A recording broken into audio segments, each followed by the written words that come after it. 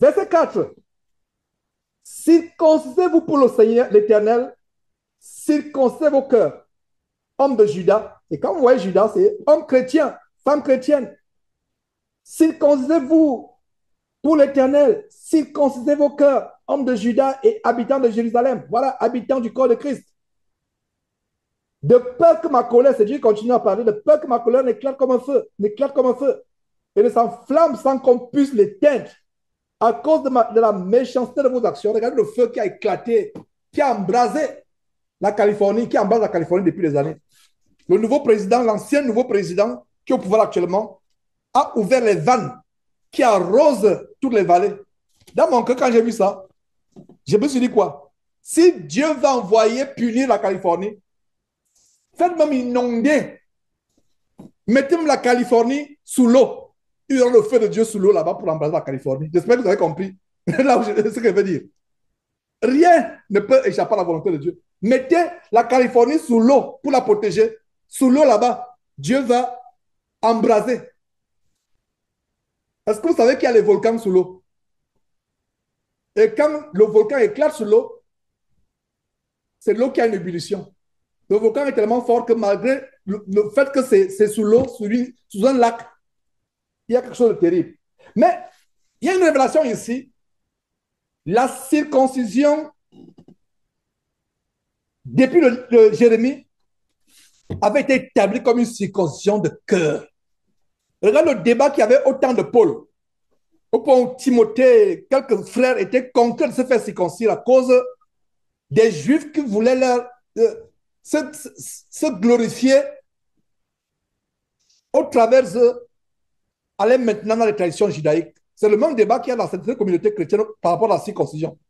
La circoncision, c'est votre choix personnel. Ça fait aussi partie de ce que j'ai dit, que personne ne souffre comme se mixant dans la vie des autres. Ce serait une aberration, je dirais même une idiotie, pour un serviteur d'aligner les frères et dire que qui est circoncis, qui n'est pas circoncis, levez la main. C'est leur vie privée. Ne vous y mixez pas, ça c'est leur intimité. Il serait malséant même de poser une telle question. Mais maintenant, si vous voulez le faire pour un culte à Dieu, non, c'est pas bon. Si vous voulez faire pour des raisons personnelles, chacun a ses raisons. Et on n'a même pas besoin de savoir, c'est votre vie privée. Personne ne doit savoir ce qui se passe dans votre vie privée. Voir des raisons personnelles. Mais si c'est des raisons spirituelles, frère, ne le fais pas. Si tu veux te circoncire pour observer le judaïsme, c'est parce que, comme l'apôtre Paul le dit, c'est la preuve que tu n'es pas encore tu n'es pas encore véritablement converti et que tu n'es pas circoncis de cœur. Regardez ce qui m'intéresse dans ce verset. Je ne sais pas si vous êtes dans la même joie que moi, en découvrant comment la circoncision, dans ce verset 4, est une circoncision de cœur.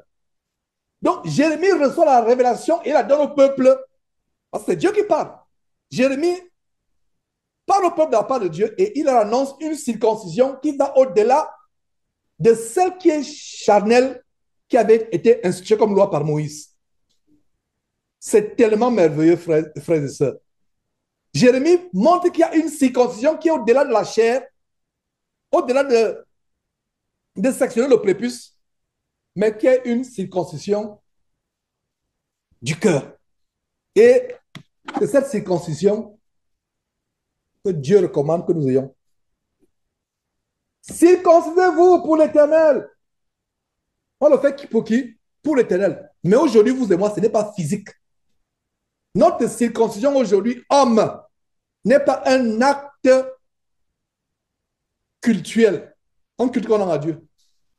La circoncision d'aujourd'hui en Christ, c'est une circoncision qui implique homme, femme, enfant, vieillard. C'est quelle circoncision? C'est la circoncision du cœur.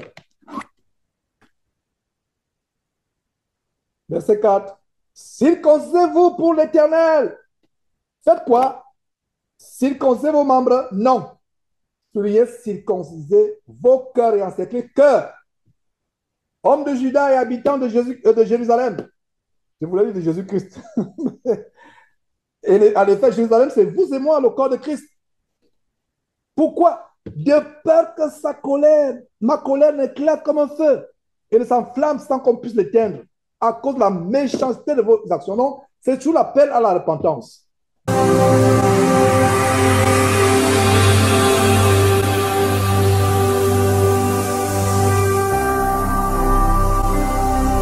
Jésus-Christ TV, vous connaîtrez la vérité et la vérité vous affranchira.